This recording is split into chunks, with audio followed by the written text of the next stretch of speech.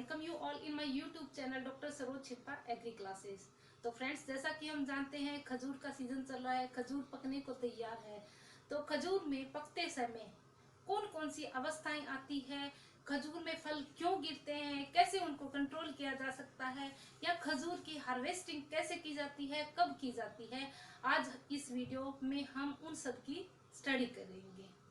तो फ्रेंड्स, इस वीडियो में हम एक प्रगतिशील किसान केरल राम जी की स्टोरी देखेंगे।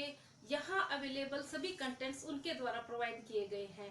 तो लेट्स स्टार्ट। जैसा कि हम जानते हैं, डेट पाम यानी फोनिक्स डेक्टाइलिफेरा, यह है जो एरिड रीजन होते हैं जैसे कि Arabian peninsula, north Africa, Egypt, Saudi Arabia, Iran, Iraq, Algeria और पाकिस्तान की मुख्य फल वाली फसल है। इसके अलावा यह गुजरात, महाराष्ट्र, पंजाब और तमिलनाडु में भी ग्रोन की जाती है। और अगर हम राजस्थान की बात करें तो वर्तमान समय में राजस्थान में भी खजूर का बहुत अच्छी तरह से प्रोडक्शन हो रहा है। वर्ष 2007-8 में राजस्थान गवर्नमेंट ने जो जैसलमेर और बीकानेर के फार्मर्स थे उनको 135 हेक्टेयर के अंदर ट्रायल बेसिस पे खजूर कल्टीवेशन करने के लिए प्लांट्स प्रोवाइड किए गए।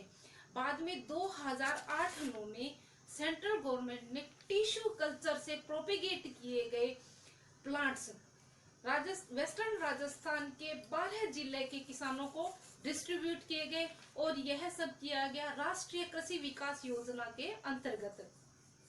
तो यह 12 जिले कौन कौन से थे? यह 12 जिले थे जैसलमेर, बाड़मेर, जोधपुर, बीकानेर, हनुमानगढ़, श्री गंगानगर, नागौर, पाली, जालोर, झुंझुनू, सिरोही और चूरू। तो उन्हीं में से जो अपने जालोर की बात करते हैं तो जालोर के किसान है केरल राम जी, और उन्होंने अपने फील्ड में RKVY योजना के अंतर्गत दिए गए प्लांट्स को लगाया। तो जो अगर हम बात करते हैं राजस्थान में प्रोडक्शन की, तो राजस्थान में बाड़मेर, जैसलमेर, बीकानेर और श्री गंगानगर जिले जो हैं वो डेट पाम कल्टीवेशन के लिए कंड्यूसिव पाए गए हैं। और जो जैसलमेर और बाड़मेर जो जिले हैं वह एक ऐसे जिले हैं जहां पर जो मेडजूल वैरायटी है, मेडजूल वैरायटी की पिंड स्टेज तक पाई जाती है। इसी तरह अगर इनकी वैरायटी की बात करें तो स्टेट के अंदर कौन कौन सी वैरायटी ग्रोन की जा रही है? वर्तमान समय में बरही, खुनेजी, खलास, मेडजूल, खतरावी, जामली और सगाई वैरायटी राजस्थान में ग्रोन की जा रही है। और जो खतरावी और मेडजूल वैरायटी है वह छुआरा बनाने के लिए बेस्ट वैरायटी है, और यह वैरायटी सोमेटिक एम्ब्रियोजेनेसिस के द्वारा तैयार की गई वैरायटी है। तो अब शुरू करते हैं कि जो डेट पाम का फ्रूट है, जो खजूर है, उसके फल के पकने में कौन कौन सी अवस्थाएं आती है। तो जैसा कि हम जानते हैं कि जो फल के पकने के लिए बहुत सारे एक्सटर्नल और इंटरनल कारक रिस्पॉन्सिबल होते हैं और बहुत सारे एक्सटर्नल और इंटरनल चेंजेस आते हैं। तो जो फल होता है उसके पकने के अंदर 5 विभिन्न अवस्थाएं आती है, यानी एक फल को पकने के लिए विभिन्न 5 अवस्थाओं से गुजरना पड़ता है। उन अवस्थाओं के नाम है हबाबुक, कीमरी, खलल, रुताब और तैमर स्टेज। तो अब हम जो इन स्टेज के नाम बोल रहे हैं, यह नाम जो है अरेबिक टर्म्स है। इनको इंटरनेशनली भी इन्हीं टर्म्स के द्वारा डिनोट किया गया है। इनका कोई स्पेशल हिंदी या इंग्लिश नाम नहीं है, इनको इन्हीं के नाम से जाना जाता है। तो पहले शुरू करते हैं हबाबुक स्टेज। हबाबुक स्टेज जो है वो फर्टिलाइजेशन के तुरंत बाद आती है, यानी निषेचन, जो परागण की क्रिया के बाद निषेचन होता है, निषेचन के तुरंत बाद हबाबुक अवस्था आती है और यह अवस्था 4 से 5 वीक तक रहती है। इस अवस्था में फल जो है इमेच्योर रहते हैं और यह कैलिक्स के द्वारा ढके रहते हैं, सिर्फ ओवरी का कुछ ही भाग बाहर दिखाई देता है। दूसरी अवस्था आती है कीमरी स्टेज। कीमरी स्टेज को जीमरी, चिरमी स्टेज या गेंडोरा स्टेज भी कहते हैं।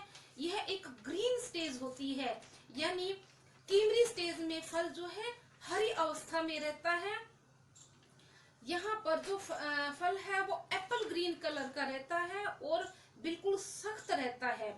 और इसमें क्या होता है, यह अवस्था छोटे ग्रीन बेरी से लेकर फुल साइज का जो डेट होता है वहां तक यह अवस्था रहती है। और यह अवस्था सबसे लंबी अवस्था है, यह 9 से लेकर 14 वीक तक रहती है। यानी यह अलग अलग वैरायटी में अलग अलग होती है।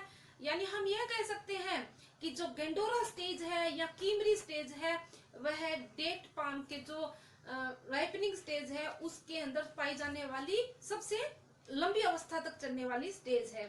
फिर आती है खलल स्टेज। खलल स्टेज, इसको डोका स्टेज या कलर स्टेज भी कहते हैं। इस समय क्या होता है, खलल स्टेज में जो फ्रूट होता है वह फिजियोलॉजिकली मेच्योर हो जाता है, हार्ड और राइप हो जाता है, यानी पक तो जाता है लेकिन सख्त रहता है।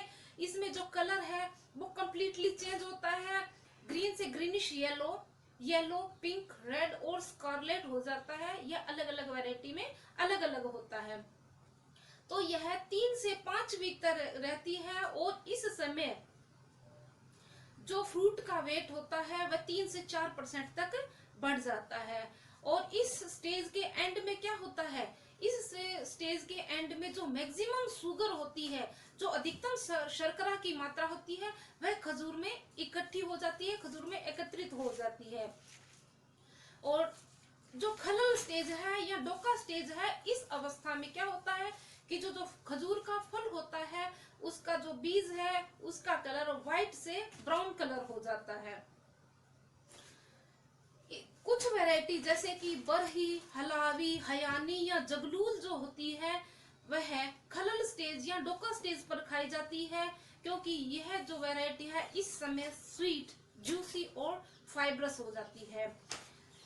खलल स्टेज जो होती है इस पर जब फ्रूट को हार्वेस्ट किया जाता है, खलल यानी डोका स्टेज, तो खलल या डोका स्टेज पर जो फ्रूट हार्वेस्ट किया जाता है उसको हमें तुरंत कंज्यूम करना चाहिए, तुरंत काम में लेना चाहिए, क्योंकि इसमें शुगर और मॉइस्चर की मात्रा ज्यादा होती है। तो अगर इसको लॉन्ग टाइम तक रखना पड़ता है तो ये फर्मेंटेशन होकर इसके खराब होने का डर रहता है। तो इसलिए लॉन्ग टाइम तक इसको रखने के लिए इसको कोल्ड स्टोरेज में रखना पड़ता है। इसको 0 से 1 डिग्री सेंटीग्रेड पर 7 लॉन्गर पीरियड तक रखा जा सकता है। और अगर 7 डिग्री टेम्परेचर पर हम रखने की बात करते हैं तो 7 डिग्री टेम्परेचर पर इस अवस्था को 1 वीक तक रखा जा सकता है।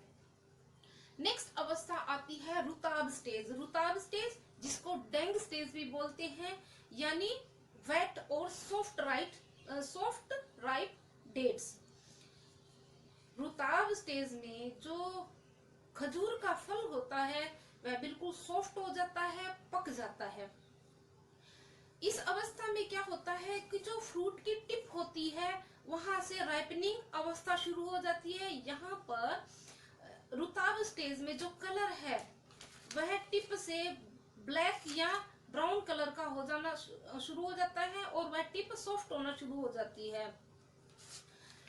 इस अवस्था में एस्ट्रिजेंसी है वो लॉस्ट हो जाती है और जो फल है वो लेस अट्रैक्टिव कलर का हो जाता है, यानी डार्क ब्लू, डार्क ब्राउन या ब्लैक हो रहा है तो यानी लेस अट्रैक्टिव कलर हुआ।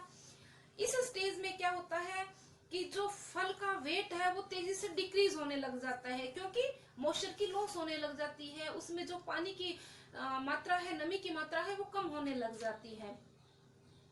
और यह जो अवस्था है यह हार्ड राइप डेट लेने की, कंज्यूम करने की सबसे बेस्ट अवस्था है, यानी डेंग अवस्था जो है सबसे उत्तम अवस्था है।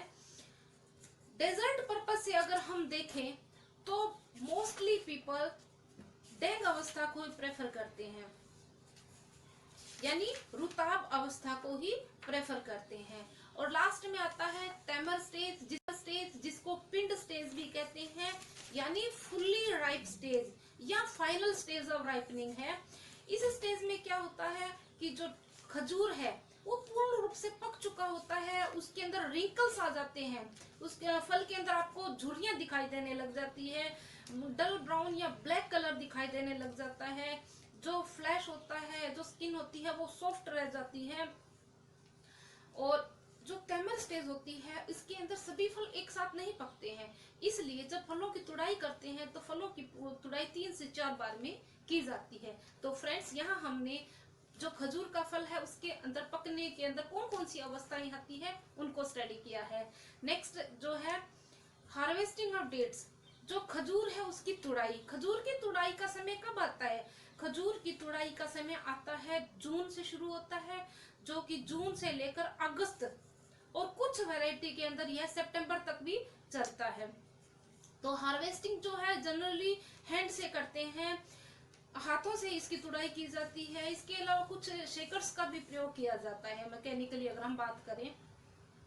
तो तुड़ाई करने के लिए हमको क्या करना पड़ता है? तुड़ाई करने के लिए जो पेड़ होता है उसका जो क्राउन होता है उसको असेस करना पड़ता है, और असेस करने के बाद वहां पर क्लाइंबिंग या मैकेनिकल लिफ्ट का प्रयोग करते हुए फलों की तुड़ाई की जाती है।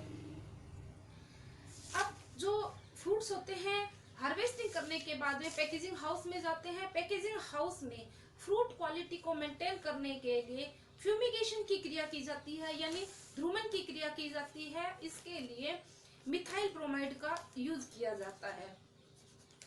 अब आता है खजूर के फलों का गिरना, प्री मेच्योर अवस्था में गिरना। तो फ्रेंड्स मई के महीने में या अप्रैल मई के महीने में खजूर के फल तेजी से गिरना शुरू हो जाते हैं। तो यह क्यों होता है, इसके हम कुछ जो कारण है या उनसे कैसे बचा जा सकता है उसकी स्टडी करेंगे। तो जो डेट पाम का कल्टीवेशन है उसके अंदर बहुत सी प्रॉब्लम्स आती है, जैसे कि हमारे पास प्रॉपर वैरायटी नहीं है या डिजीज इंसेक्ट का अटैक हो जाता है। लेकिन इसके अलावा भी एक मुख्य समस्या आती है फलों का प्री मेच्योर अवस्था में गिर जाना, यानी अपरिपक्व अवस्था में गिर जाना। यह अवस्था फ्रूट ड्रॉप या फलों का गिरना कहलाता है। तो यह होता है, क्यों होता है? यह होता है कि लो फ्रूट सेट होता है, अबनॉर्मल फ्लावरिंग होती है, या प्री हार्वेस्ट ड्रॉप होता है, जब पौधे में पूर्ण रूप से पुष्पन नहीं होता है या उसमें पूर्ण रूप से परागण नहीं होता है, तब फ्रूट ड्रॉप की अवस्था आती है। तो जो डेट पाम का फ्रूट होता है उसके अंदर दो तरह का फ्रूट ड्रॉप होता है, दो तरह से ये फल गिरता है। पहली अवस्था है फर्स्ट ड्रॉप और दूसरी अवस्था है जून ड्रॉप। तो जो पहली अवस्था फर्स्ट फ्रूट ड्रॉप है यह पोलिनेशन के कुछ ही समय बाद शुरू हो जाती है, यानी पोलिनेशन के 25 से 35 दिन बाद शुरू होती है, और यह अवस्था होती है परागण के पूर्ण रूप से न होने से या अपूर्ण रूप से पोलिनेशन या फर्टिलाइजेशन होने से।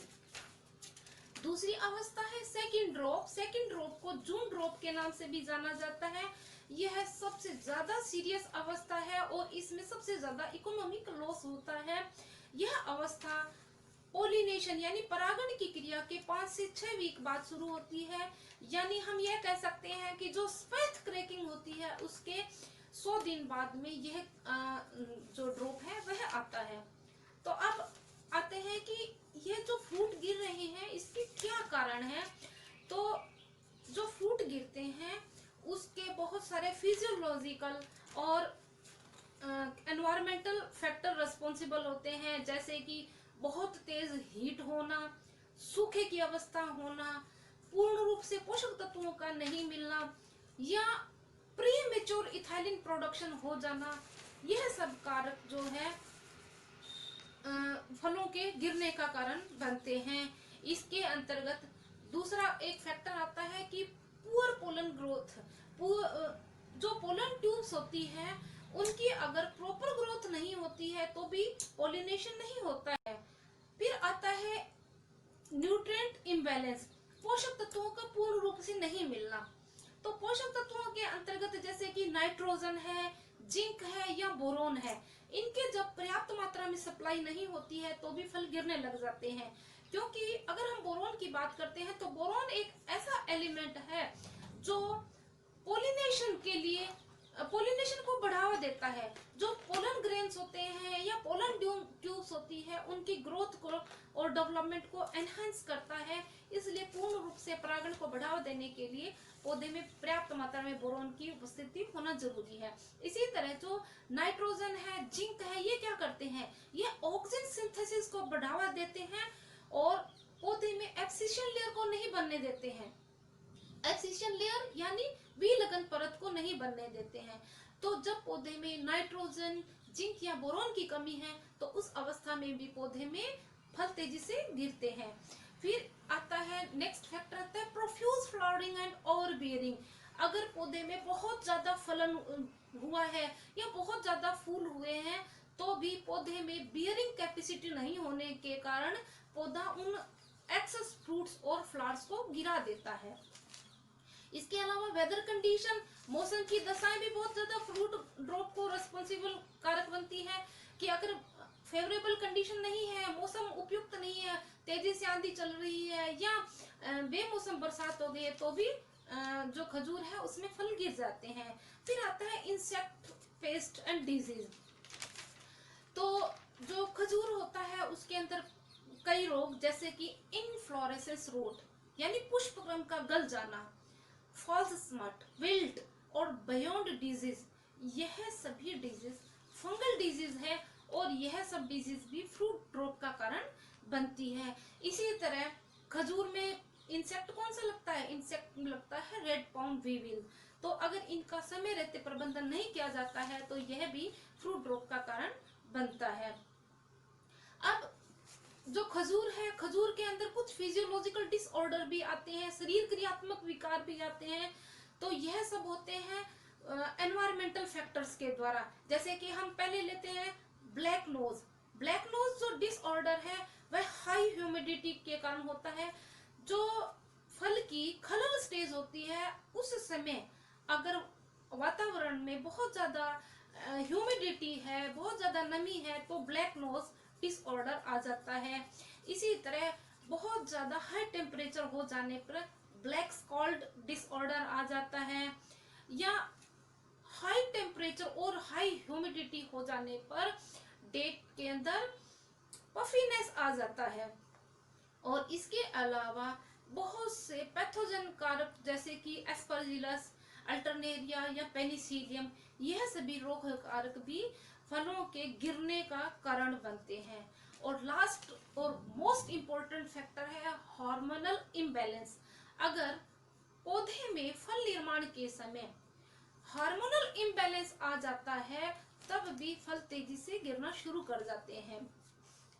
जैसे कि अगर हम एग्जाम्पल के लिए बात करते हैं कि फल निर्माण के लिए कौन से हार्मोन रिस्पॉन्सिबल है, फल निर्माण के लिए ऑक्सिन और इथाइलिन जो है उन दोनों के बीच में प्रॉपर बैलेंस होना जरूरी है।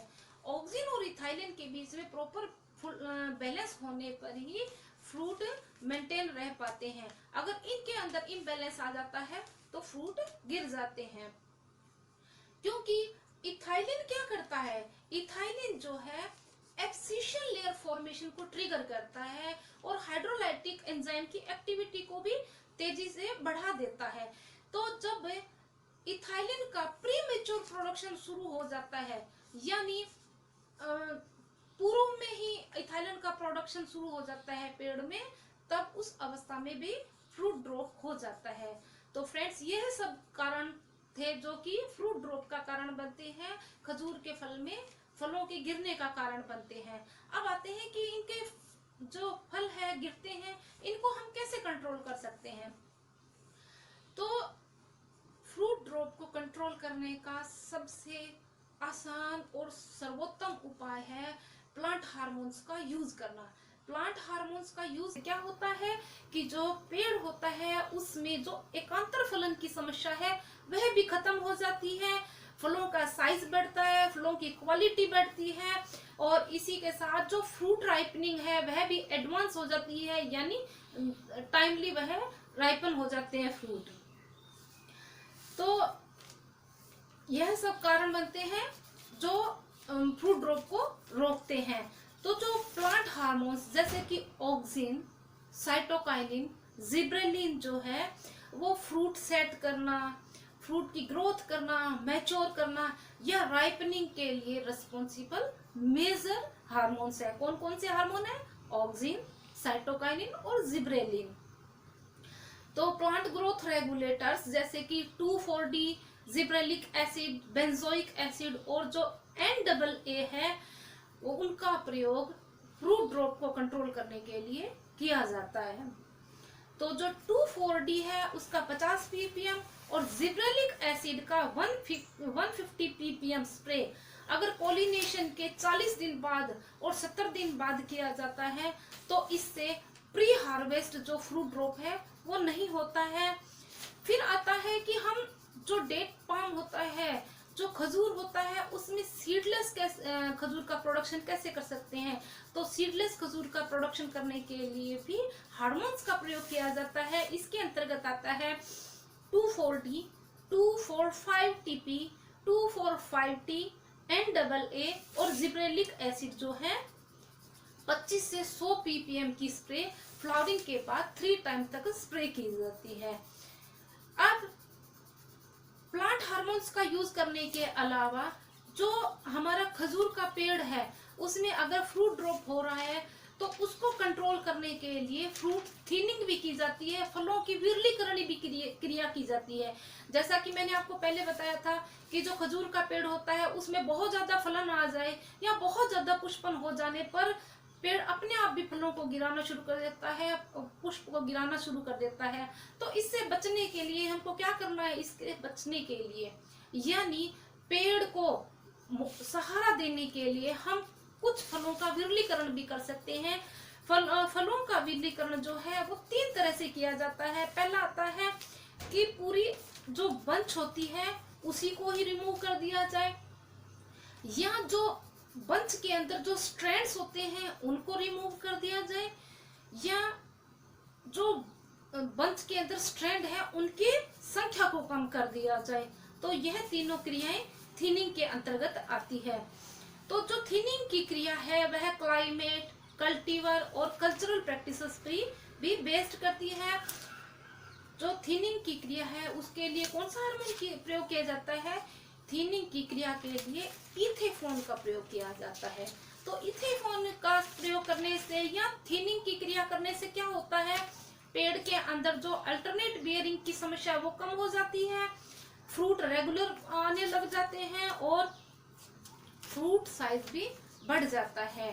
तो फ्रेंड्स, आज हमने जो फ्रूट ड्रॉप को कंट्रोल करने के लिए जो हार्मोनल प्रयोग की बात की है, तो फलों में हार्मोन्स का प्रयोग करने से पहले हमें किसी कृषि विशेषज्ञ के सुपरविजन के अंतर्गत ही इनका प्रयोग करना चाहिए। हमें इनको स्वयं ही प्रयोग में नहीं लेना चाहिए। तो friends, hope you enjoyed this video. Thanks for watching doctor Saroj Chhimpa agri classes.